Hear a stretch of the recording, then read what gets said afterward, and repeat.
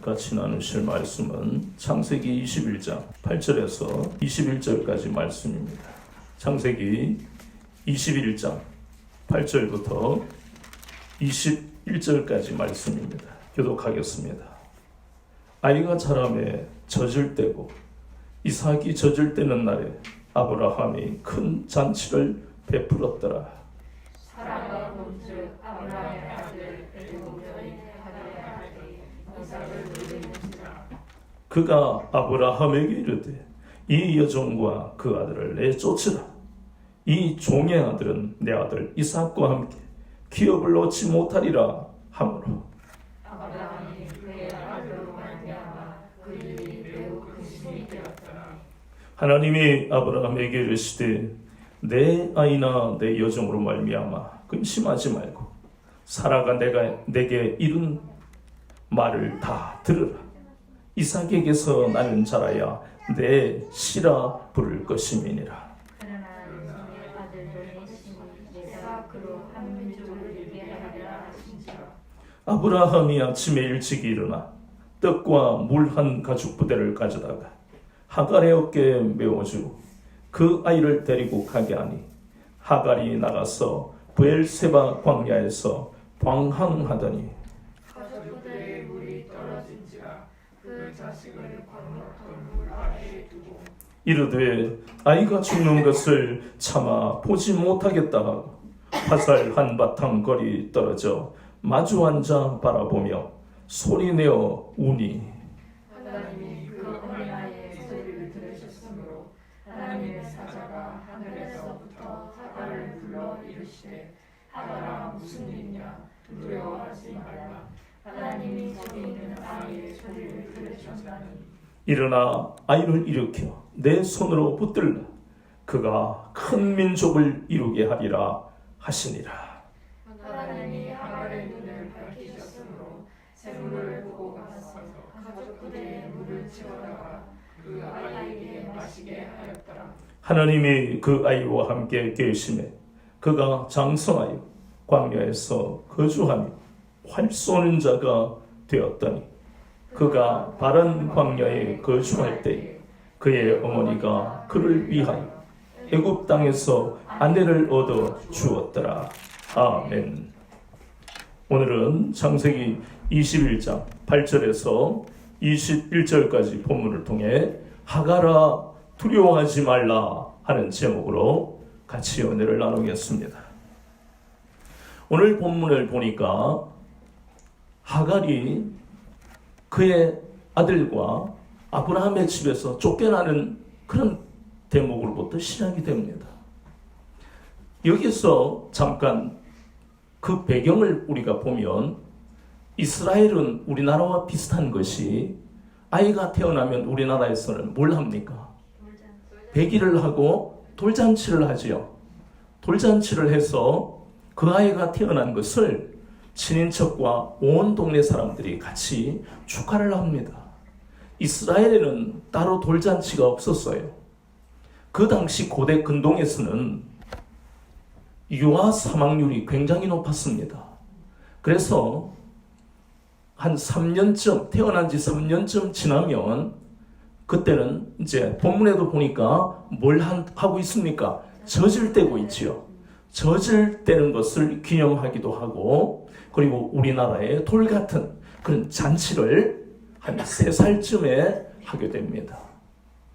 그러면 나이를 우리가 짐작할 수 있는데 이삭이 한 3살쯤 되고, 그리고 이스마엘, 배다르지만 이스마엘은 17살이 됩니다.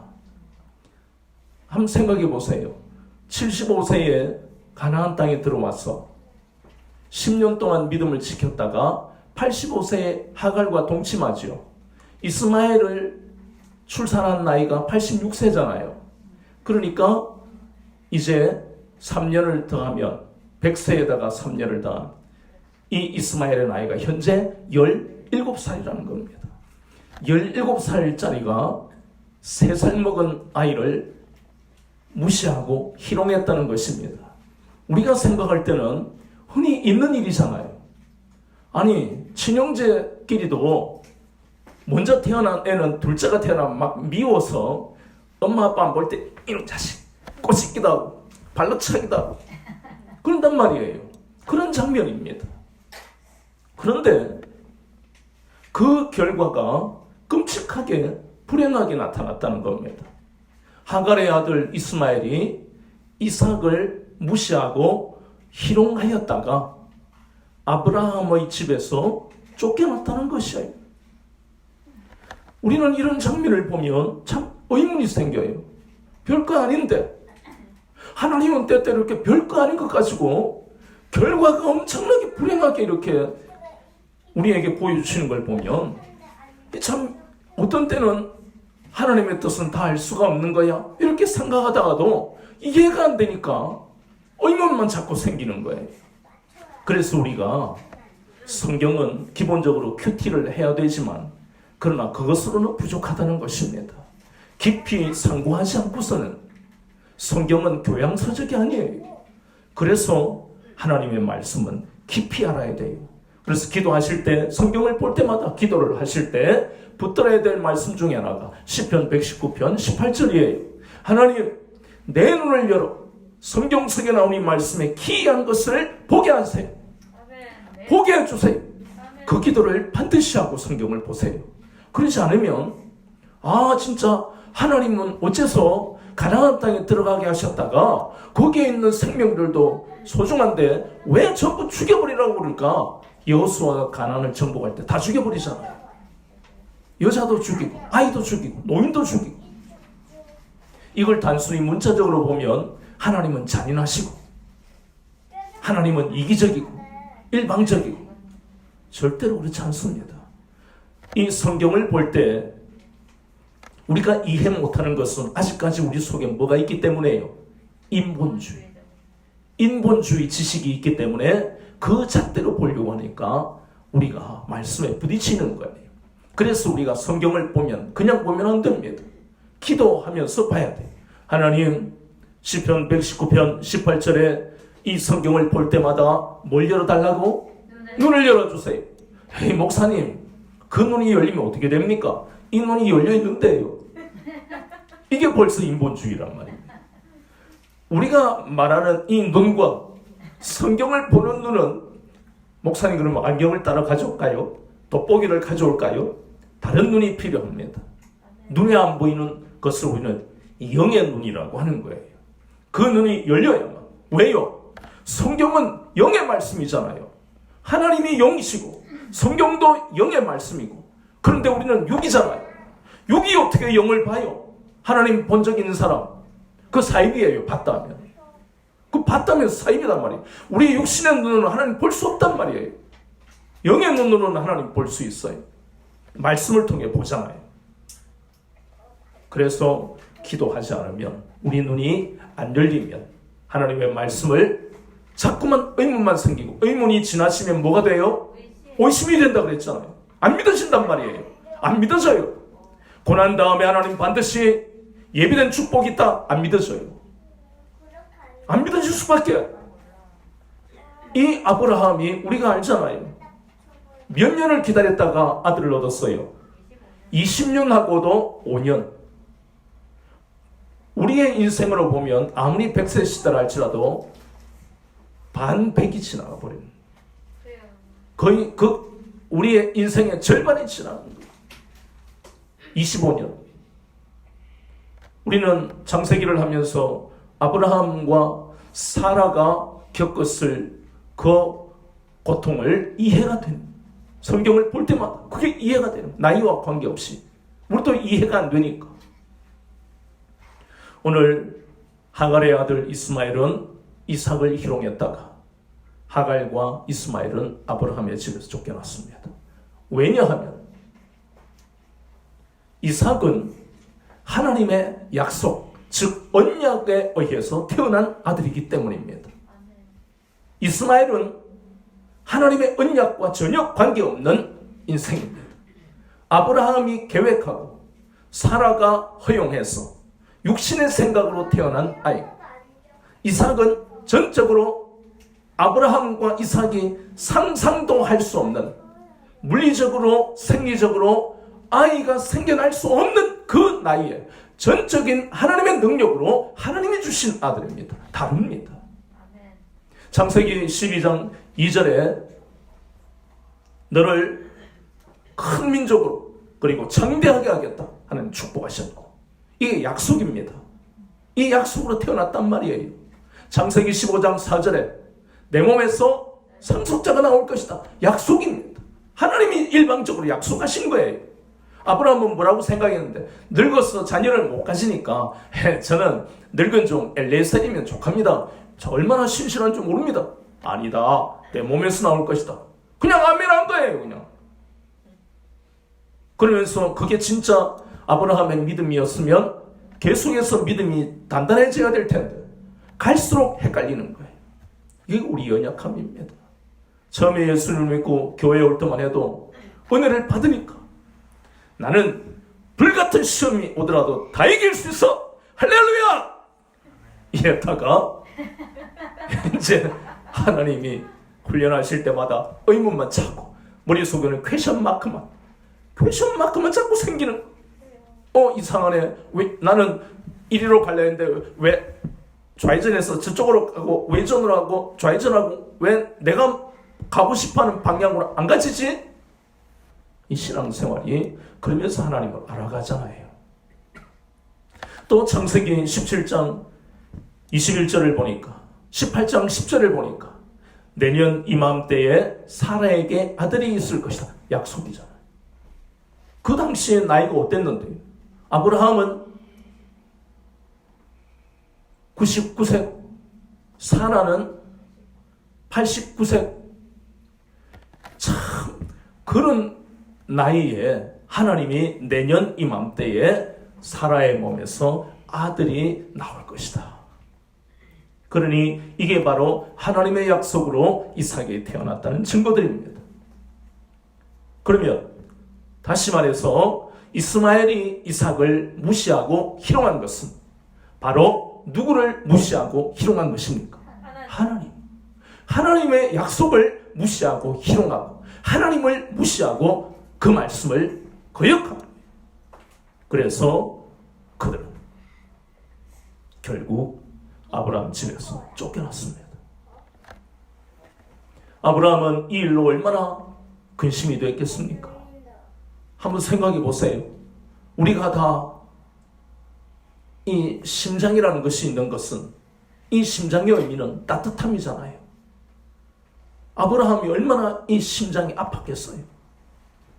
노년에 늙은 종 엘리에셀을 내가 상속자로 생각을 했는데 어쨌든 간에 자기가 잘못했지만 이스마엘이 태어났을 때 얼마나 기뻤겠어요. 지금 나이가 이스마엘이 13살인데 이야 참 애들 우리나라로 따지면 한 초등학교 6학년인가요? 네. 초등학교 6학년 얼마나 까불 때입니까?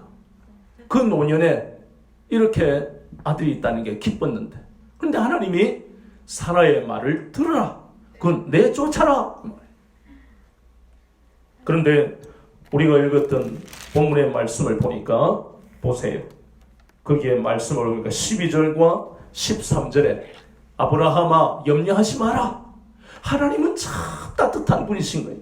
하나님은 너무너무 세밀하신 분인 거예요. 아브라함의 그 아픔을 외면하지 아니하시는 거예요. 자기가 잘못했지만 그래도 내 자식이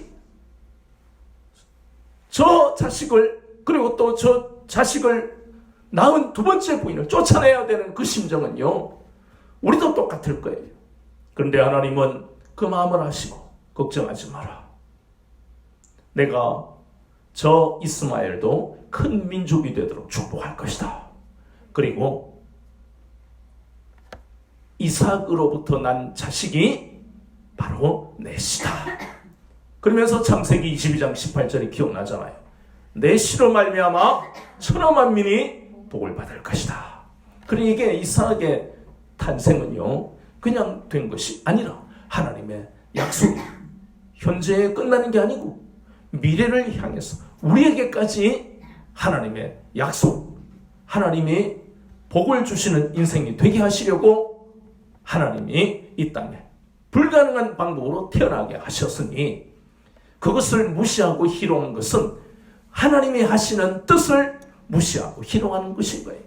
이제 우리는 이해가 된단 말이에요. 그런데 불행한 것은 이스마엘과 그 어머니 하갈은 아브라함이 준 양식, 떡과 가축부대에 물을 가지고 브엘세바 광야를 왔는데 그 해봤자 뭐 1, 2주 정도의 음식이지 뭐 어떻게 그걸 또 들고 갈 수도 없고. 그런데 그 브엘세바 광야에서 헤매다가 길을 잃어버렸어요. 신명기 8장 15절에 보니까 이 광야의 의미를 하나님은 뭐라고 하셨습니까? 불뱀과 전갈과 물이 없는 간주한 땅이다.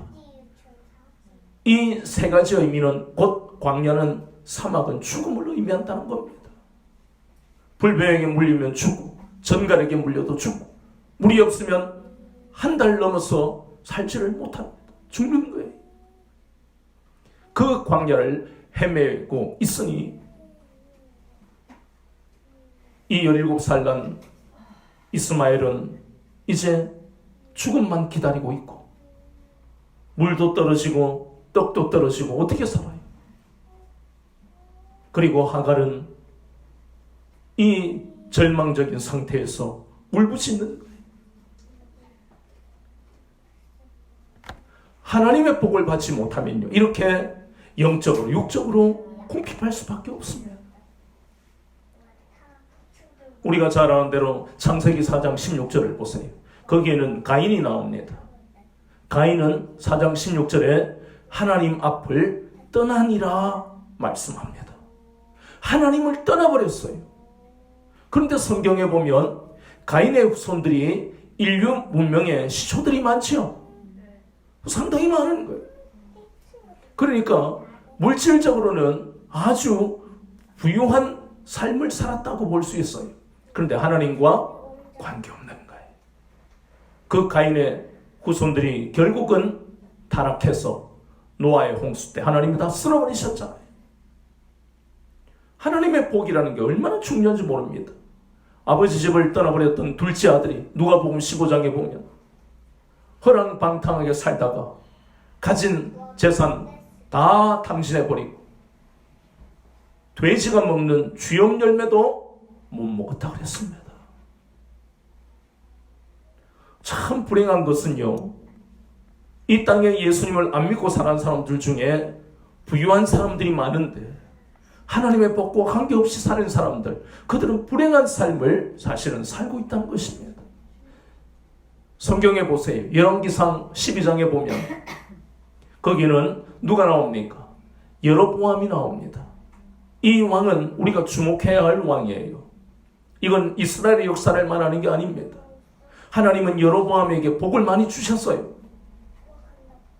누가 타락했어? 솔로몬이 타락하고 난 다음에 내 대에는 나라를 두동강 내지 않겠지만 너희 아들 르호보암 때는 나라가 갈라질 것이다. 12지파 중에 10지파가 11지파였지만 베냐민은 다시 유다지파와 합쳐졌으니까 10지파가 북쪽으로 갔어요. 거기에 왕이 바로 초대 왕이 여로보암입니다. 여로보암이 10지파를 데리고 얼마나 강성했겠습니까?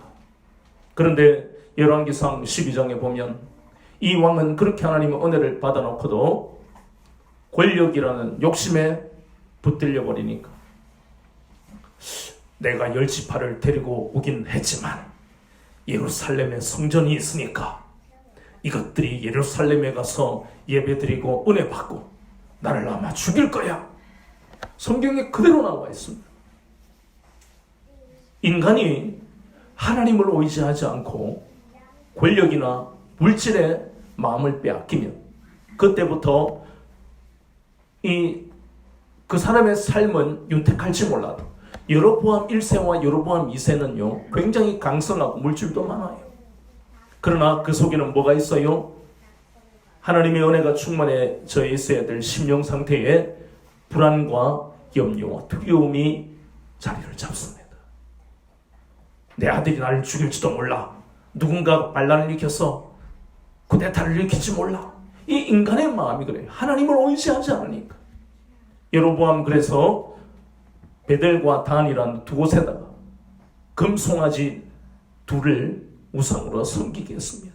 그리고 일반 백성을 제사장으로 삼았어. 하나님의 레위기를 통해서 율법을 만들어 오신 걸 완전히 다 무시해버린 거예요. 여기 본문에 보세요.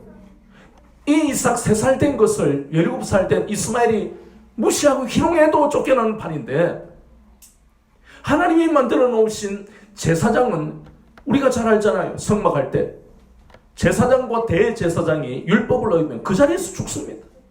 대제사장이라 할지라도 지성소에 들어갈 때에 손과 발을 안 씻었던가, 제물의 피를 안 들었던가, 또 에봇이란 옷을 안 입었던가, 혹은 아니면 맨 먼저 자신과 가족의 죄를 회개하지 않았던가, 이러면 바로 그 자리에서 죽어요. 그런 제사장이 함부로 일반 백성을 세우면 안 되는, 그렇게 어그러진 북이스라엘은 단 한 번도 하나님을 섬기는 왕이 안 나왔습니다.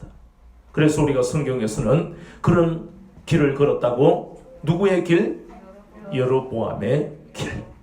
그것은 오늘날도 마찬가지입니다.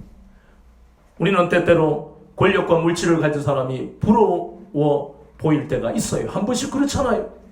병원에 가서 수술비가 많이 나왔을 때 권력이란 의미를 생각합니다. 만약에 그 병원에 아는 사람이 있다면, 하다못해 원무과에 아는 사람만 있어도 수술비가 1,000만 원이 500만 원이 되고 300만 원이 되고, 어쨌든 이 아는 사람을 통해서 수술 한 번을 해도 그냥 경험도 없는 의사가 수술할 수도 있는데, 아는 사람이 있으면 원장이 직접 해주고, 이게 달라져요. 이게 권력입니다. 그래서 사람들은 인맥을 맺으려고 하는 것이고 권력을 쫓아가는 거예요. 그러나 우리는 성경의 여로보암의 길을 생각하면서 권력이 내 인생의 우선시가 되고 목적이 되면 그 결과가 어떻게 되는가를 하나님 깨닫게 하시는 거예요. 이게 하나님의 복을 받지 못하면 육적으로 영적으로 궁핍할 수밖에 없다는 것을 누가복음 15장도, 그리고 로마서 2장 9절에도 악한 인생은 그 앞에 환난과 곤고밖에 없는 것이, 로마서 3장 16절도 파멸과 고생의 길을 걸어간다고 말씀하고 있습니다. 우리 인생이요, 참 이 하갈과 그 아들 이스마엘을 보면 우리 인생을 생각할 수 있습니다. 이 하갈이 처음에 우리가 잘 아는 창세기 16장에서도 사라에게 쫓김을 받았잖아요. 그래서 결국은 집에서 나와서 방황하다가 창세기 16장 13절에 하나님을 만나서 감찰하시는 하나님, 이렇게 우리가 배웠잖아요. 그랬다가 하나님이 사라에게 들어가서 복종해라, 그래서 이렇게 복을 받았는데 몇 년 동안요? 17년 동안이요. 거의 20년 동안. 얼마나? 1개월도 아니고 1년도 아니고. 그랬다가 결국은 쫓겨나고. 인생이 그렇다는 것이에요. 우리가 걸어가는 이 인생길에는 많은 어려움이 있고, 우리가 예상하지 못한 이 어려움을 우리가 어떻게 할 수가 없습니다. 주님은 바울을 통해 로마서 8장 35절에서 우리 인생이 만날 그 일들을 말씀하고 있어요. 환난과 곤고와 핍박, 기근과 적신과 위험과 칼이다. 이 7가지, 이것을 한마디로 주님은 고난이라는 것인데, 이 7가지를 만난다는 것입니다. 핍박이 뭡니까? 우리가 해외 선교를 나갈 때 기독교를 핍박하는 그런 나라에 가야만 핍박받는 게 아닙니다. 우리의 삶의 자리가 바로 다 핍박의 자리예요. 한 가정에 복음이 들어갈 때 우리는 믿는데 우리 부모님이나 우리 형제가 믿지 않으면 여러분 다 겪어보는 일 아닙니까? 거기다가 직장 생활을 할 때 믿지 않는 사람이 믿는 사람에게 얼마나 어려움을 주는지 모릅니다. 그리고 저분은 교회 다니는 집사님이라 하는데 더 핍박하는 경우도 있어요. 그 사람 신앙이 잘못됐다는 것이. 아니 김 집사 뭐 그래 열심히 해서 승진하려고 그래? 대충 해. 그 뭐 비리도 좀 눈 감아 줘야 돈이 좀 들어오지. 평생 그 공무원 월급으로 살겠어? 자식이 이번에 또 대학 갔다며? 그 말을 하는 사람은 하나님이 없는 불신자가 아니고 14고 장로라는 분이 그런 이야기를 하는 경우 많아요. 이 인생이요, 예수님을 믿기 전에대로 우리의 의지와 노력으로 살아야 될, 개척해 가야 할 인생이었고, 예수님을 믿고 난 다음에도 이런 생각지도 못한 어려움들이 우리 앞에 있더라는 것입니다. 하나님이 도와주지 아니하시며 하갈과 이스마엘처럼 한 17년 살면서 야 이제 우리는 편안하게 노후를 보장받아서 생각했다가 쫓겨나 버리듯이 하나님의 도우심이 없으면 우리 인생은 불행해질 수밖에 없다는 것을 우리에게 깨닫게 하는 것입니다. 그런데 본문의 말씀을 보니까 하나님은 하갈과 이스마엘을 외면하지 아니하셨습니다. 그들의 고통을 보고 그들의 고통의 소리를 들으셨다는 것입니다. 하나님은 하갈에게 찾아오셔서 창세기 16장 13절에서도 찾아오셨잖아요. 그 하나님이 또 오셔서 하갈의 눈을 열어주셨습니다. 이 눈은 우리 시력이 아닙니다. 그 눈이 안 열렸기 때문에 그전에는 보이지 않았던 샘물이 갑자기 보인 거예요. 샘물이 없었잖아요. 우리가 상식적으로 한번 생각해 보세요. 사막에 오아시스 찾기가 쉬워요? 찾다가 많은 사람들은 다 죽잖아요. 신기루만 보이고. 그런데 그 보이지 않았던 오아시스가 하나님이 눈을 여시니까 오아시스가 보였다는 거예요. 열왕기하 6장 17절에 보면 하나님은 엘리사의 종 게하시의 눈을 열었어. 그 마음에 도단성을 에워싸고 있던 아람 군대에 대한 두려움이 있더라가. 영의 눈이 열리니까 불말과 불병거가 보였습니다. 저와 여러분의 인생에 이런 우리의 삶을 에워싸는 아람 군대가 얼마나 많습니까? 때때로는 그것이 물질로 올 수도 있고 때때로 그것이 우리가 이길 수 없는 권력으로 오기도 합니다. 그래서 우리가 흔히 쓰는 갑질을 당한 을의 자리에 서기도 하는, 그런데 하나님이 눈을 여시니까 게하시의 마음속에 있는 두려움이 떠나가는 것처럼 하나님이 눈을 여시니까 하갈의 마음속에 고통이 떠나가 소망이 생기기 시작했던 것처럼 하나님이 눈을 열어주셔야 된다는 겁니다. 에베소서 1장 17절에서 19절 말씀에 이 기도는 항상 이 말씀을 붙들고 기도하셔야 돼요. 우리 주 예수 그리스도의 하나님 영광의 아버지께서 우리의 마음 문을 열어 하나님을 알게 하시고 부르심의 소망이 무엇인지, 성도 안의 기업의 영광의 풍성함이 무엇인지, 믿는 우리에게 베푸시는 하나님의 지극히 크신 능력이 어떠한가를 알아야 된다고 했습니다. 이 기도를 우리는 해야 돼요. 그러니 말씀이 없는 기도는 허공을 때리는 기도입니다. 감정적인 기도밖에 되지 않아요. 말씀을 붙들고 하는 기도라는 것은 하나님이 내 옆에 계신 것을 확신하면서 기도하는 것이에요. 차원이 다르지요. 말씀 없이 기도해도 하나님 들으십니다. 그러나 그 신앙은 젖먹이에서 벗어나지를 못해요. 롯이 그러지 않았습니까? 롯이 젖먹이였기 때문에 하나님이 당장 30분, 10분 이내에 소돔과 고모라의 유황과 불로 진멸하신다고 하는데도 머뭇거리고 있을 정도로 하나님은 하갈의 눈을 열어 샘물을 보게 하시고 살 길을 열어주셨습니다. 우리 모든 삶이 그렇지 않습니까? 히브리서 10장 19절 20절 말씀처럼 성소와 지성소를 가로막고 있던 휘장이 찢어진 것처럼 우리 주 예수 그리스도께서 몸 찢으셔서 우리의 모든 더러운 죄의 문제를 해결하시고 우리에게 살 길을 열어주신 겁니다. 그 살 길은 먹고 사는 길을 의미하는 것이 아닙니다. 우리의 힘으로 아까 우리가 로마서 8장 35절에서 보았던 것처럼 우리 힘으로 할 수 없는 인생의 문제, 사업이 잘 된다고 그것을 믿고 확장하다가 10억, 100억, 수백억의 빚을 지고 살아가는 사람들, 그래서 자살하는 사람들, 기근이에요. 기근. 적신 홀로 된다는 것입니다. 가족이 비행기 사고로 다 죽고 혼자, 자기는 비행기를 안 탔는데 혼자만 살아남으면 기쁠까요? 가족 다 죽었는데 어떻게 인생을 살아?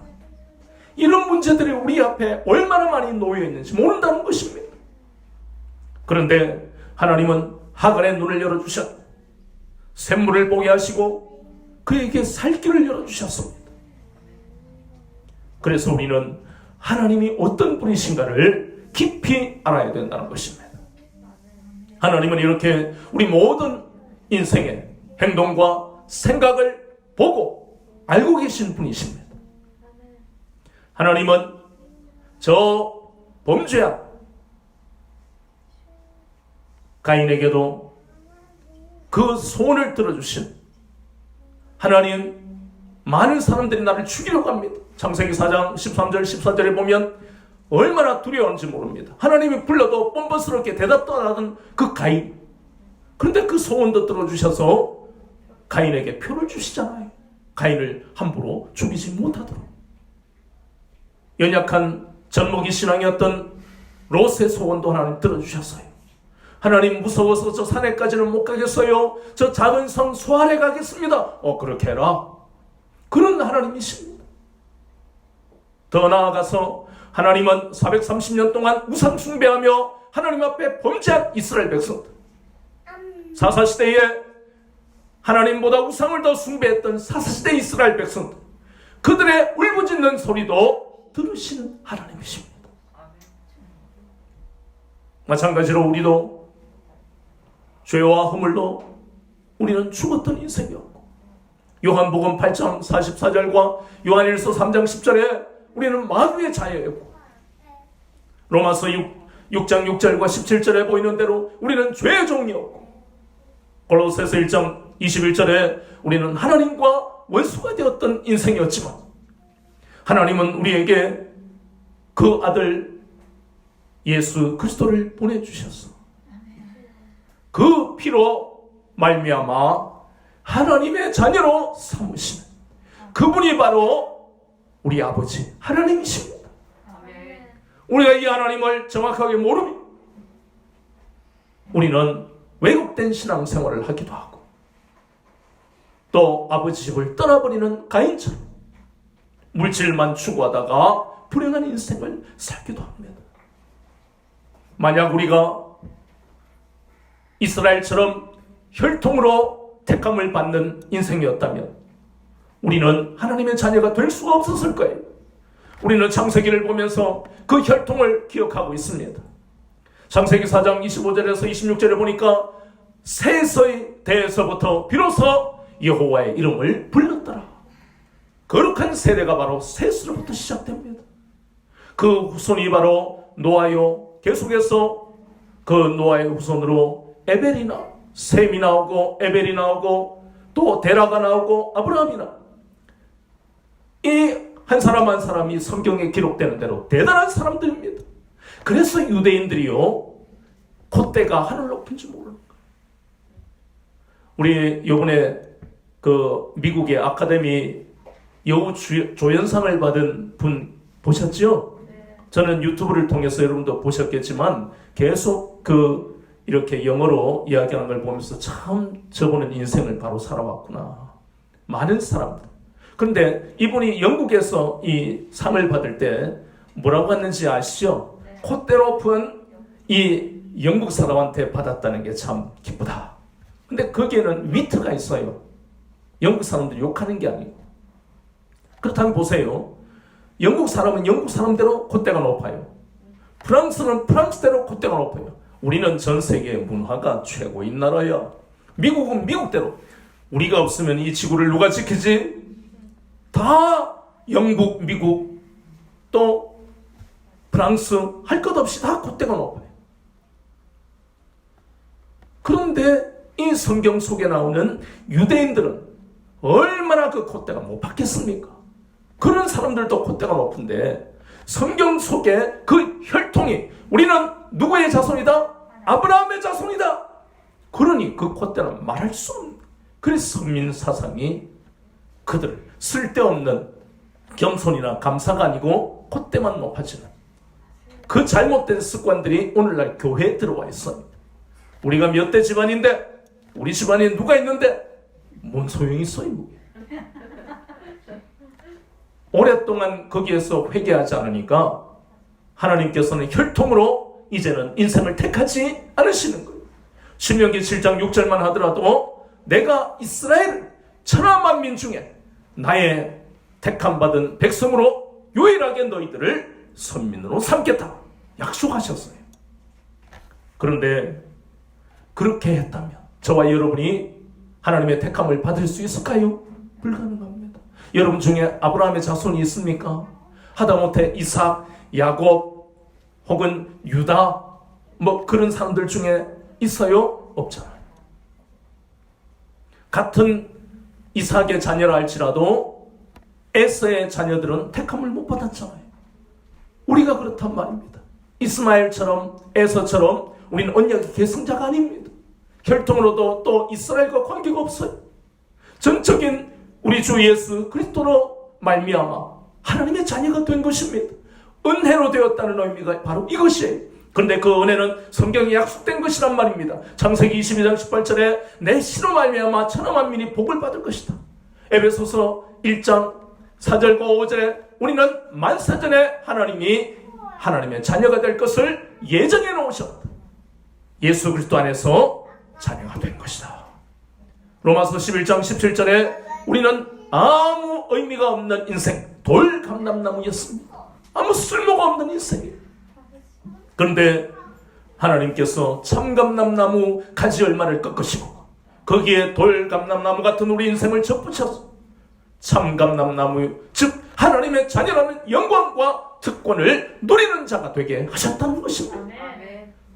그래서 우리가 잊지 말아야 할 것은, 우리가 하나님의 자녀로 살아가는 것은 전적인 하나님의 은혜일 뿐만 아니라 과거에 우리가 혹은 현재에 우리가 없는 것을 고통스럽게 생각하면 안 됩니다. 하나님이신 우리 주 예수 그리스도께서 하갈의 그 신음하는 부르짖는 소리를 들으셨던 그 하나님이 하갈을 만나 눈을 열 샘물을 보게 하시고 살 길을 열어주셨던 것처럼 예수님을 믿고 살아가지만 우리 앞에 있는 이 고난으로 인해서 때때로 갈급해하고 고통스러워하는 우리에게 찾아오셔서 우리의 기도를 들으시고 우리를 위로하시는 분이 바로 우리 주님이시라는 겁니다. 요한계시록 3장 20절에 네가 마음문을 열면 내가 너에게 들어와 너와 더불어 먹으리라. 마태복음 11장 28절에서 30절 말씀에도 수고하고 무거운 짐진 자들 다 내게로 오라. 내가 너희를 쉬게 하리라. 나는 마음이 온유하고 겸손하니 나의 멍에를 메고 내게 배우라. 그러면 너희 마음에 쉼을 얻으리라. 내 멍에를 쉬고 내 짐은 가볍다고 하십니다. 그 주님 날마다 우리를 찾아오시는 겁니다. 구약에서 하나님이 하갈에게만 찾아가시고 끝이 아니고 오늘 이 은혜의 시대에도 주님은 하갈에게 찾아가셨던 그 하나님처럼 우리에게도 찾아오시는 거예요. 그래서 저와 여러분의 인생은 항상 주님을 찬양하며 감사를 올려드리는 인생이 되어야 한다는 것입니다. 마태복음 14장 26절에서 풍랑을 만난 그 제자들이 어떤 사람들입니까? 자신의 모든 인생을 다 뒤로 하고 오직 주님만 따라가겠다고 결심하고 따라온 사람들이 아닙니까? 그런데 그들 앞에 로마서 8장 35절의 어려움이, 그 중에 풍랑이 왔을 때 죽는 줄 알았어요. 그 두려움을 어떻게 이기겠습니까? 그런데 밤바다를 걸어오신 우리 주 예수 그리스도께서 마태복음 14장 26절에 나니 두려워 말라. 그 음성은 사람의 위로하고는 차원이 다릅니다. 우리는 말씀을 통해서 주님의 음성을 들어야만 됩니다. 이 목사야 두려워 말라. 내니 두려워 말라. 내가 내 오른손을 붙들겠다. 에스라서 7장 9절에 보면 바벨론의 포로로 사로잡힌 유다 백성들을 데리고 오는 책임자로 에스라를 하나님이 세우셨는데 880km나 되는 그 먼 길을 어떻게 오겠습니까? 그래서 에스라를 늘 이뻐했던 그 왕, 아닥사스다 왕, 내가 군사를 줄 테니까 호위하게 해라. 그런데 에스라는 금식하며 하나님, 내가 저 아닥사스다 왕의 호위 군사를 마음에 원하고 있었습니다. 회개합니다. 전적으로 하나님만 의지합니다. 금식하고 난 다음 그는 880km나 되는 넉 달이나 걸리는 이 불가능한, 거기다가 선물까지 관리해서 가야 되니까. 원래 도둑들은 돈 냄새 잘 맡잖아요. 그 얼마나 고통스러운 길이었는데, 두려운 길이었는데. 에스라서 7장 9절에 보면 하나님의 선한 손에 도우심으로 무사히 예루살렘에 도착했다. 그게 우리 인생입니다. 에스더서 7장 10절에 보면 하만이라는 이 못된 총리가 디아스포라한 유대인들을 죽이려, 그리고 모르드게를 죽이려 얼마나 무서운 음모를 꾸민지 모릅니다. 하만은 마귀예요. 마귀는 날마다 구원받은 우리를 넘어뜨리려 음모를 꾸미고 있어요. 그런데 모르드게를 목매달 그 장때 결국 하만이 달려 죽었습니다. 하나님의 도우심을 받아야 되는 이유가 여기에 있는 것입니다. 우리가 연약하기 때문에, 무능력한 게 아니에요. 우린 연약하니까 하나님의 도우심을 받고 살아가. 오늘 하갈과 이스마엘이 하나님의 도우심을 받았기 때문에 그들의 마음에 소망이 생겼고, 그리고 큰 민족으로 이스마엘을 세우겠다고 축복하시는 그 말씀, 약속의 말씀까지 받았단 말입니다. 이스마엘과 하갈이 뭐 잘해서 받았어요? 전혀 관계없어. 우리 인생도 마찬가지입니다. 우리의 앞으로 살아갈 인생은 바로 우리 예수 그리스도께서 저와 여러분의 주인이 되시는 것을, 주님이 되시는 것을, 인생의 목적이 되는 것을 날마다 잊지 마시고, 저와 여러분은 결코 우리 인생의 주인이 아닙니다. 만약에 그런 마음을 먹으면 우리는 이런 하갈과 이스마엘처럼 또 절망을 만납니다. 좌절하고 인생을 포기하고 싶어 하는 마음이 생깁니다. 우리의 마음의 좌절과 절망을 이길 수 있는 힘은 내가 내 인생의 주인이 아니고 오직 예수 그리스도께서 내 인생의 주인이시다.